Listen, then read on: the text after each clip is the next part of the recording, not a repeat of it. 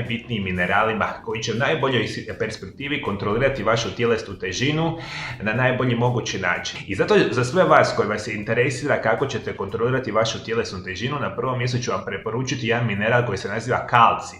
I kada govorimo o kalciju, on je ključan za razvoj kostiju, zdravlje srca i mišićnu funkciju. Kalcij je usko povezan sa učincima za upravljanje težinom, posebno za pretile i osobe prekomjernom tjelesnom težinom. Istraživanja pokazuju da je pridonijelo adekvatnom održavanju unosa kalcija ograničavanje kalorija ovoga tipa. Jer osobe kada imaju prekomjernu tjelesnu težinu imaju naravno skroz kontinuiranu potrebu za što je više moguće hranom.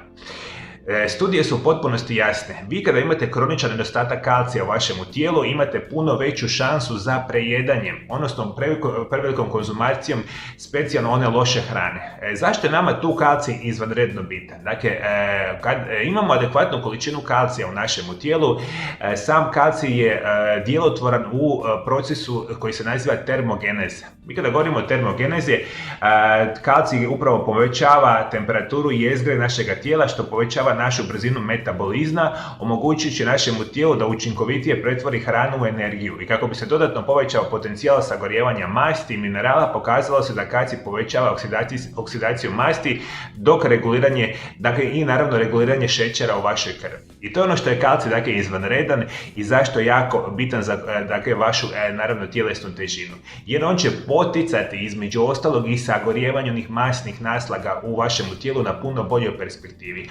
Vaš metabolizam je naravno bolji, adekvatniji i vi imate puno manju šansu da uopće dobijete prekomjernu tjelesnu težinu. I upravo iz te perspektive kada je kalcij prisutan u našem probavnom traktu stimulira crijevne stanice da oslobode hormone koji signaliziraju gušterači da oslobodi inzulin. Ovaj proces sprečava skokove i padove šećera u krvi, a istovremeno održava našu razinu energiju dosljednom. Sve čimbenike koji nas odvraćaju od jedenja apsolutno one loše hrane, loših namirnica i svega onoga što nas uvijek praktično potencijalno deblja. Jer u velikom broju slučajeva, a to je danas u iznimno velikom postotku, ljudi imaju prekomjernu tjelesnu težinu upravo iz perspektive enormnog kumuliranja jako loših namirnica redovito i normalno da mi povećavamo tjelesnu težinu, a ona je preteča praktično velikom broju bolesti i oboljenja danas koji izazivaju teške posljedice za zdravlje.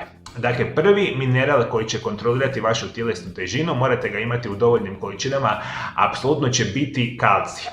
Drugi mineral koji je nevjerojatno bitan, i ovo će sad vas jako iznenaditi, biti će vam jod. Jod kao takav, i ovo nam je ključno zapravo reći iz kontroliranja tjelesne težine. Praktično najbitnija žlijezda u našemu tijelu za kontrolu tjelesne težine biti će nam štitnjača. To je ona mala leptirasta žlijezda koja se nama nalazi ovdje u otprilike malo ispod sredine samoga ždrijela.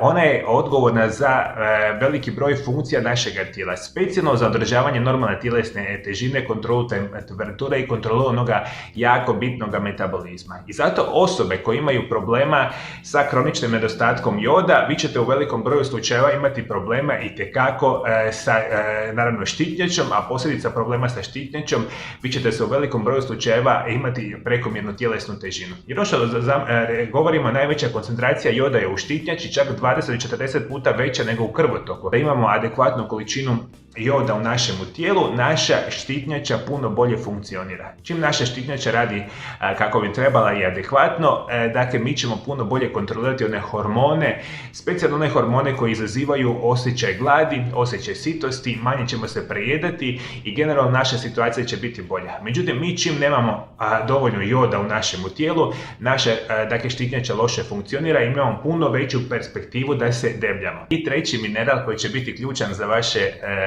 prekomjernu tjelesnu težinu, i to će velikom broju osoba biti jako čudno, biti će jedan mineral koji se naziva krom.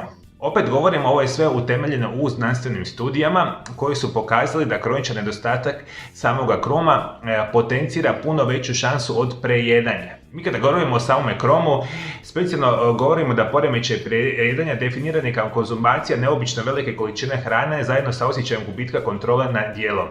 A ono što se zapravo događa, istraživanja se otkrila da članovi osoba koji imaju dovoljno kroma, odnosno skupina, imali su smanjenu učestalost prejedanja. Dakle, ovo ćete mi lijepo shvatiti. Dakle, kao i uvijek, istraživanja su imala skupine koji su imali adekvatnu količinu kroma i unosili duži vremenski period, sa drugom, recimo, skupinom koja to nije radila. I definitivno istraživanja pokazuju da imate puno veću perspektivu konzumiranja previše hrane, dakle i debljenja ako nemate kroma u vašem tijelu, i što je još bitno, krom će vam igrati jednu od onih bitnih uloga u procesu, dakle, normalne funkcije inzulina u našem tijelu. Jer rekli smo puno puta, primarni izvor energije, dakle, biti će ono što mi pojedemo na dnevnoj bazi. Inzulin kao takav je tu nama bitan da kontrolira razinu šećera u našoj krvi.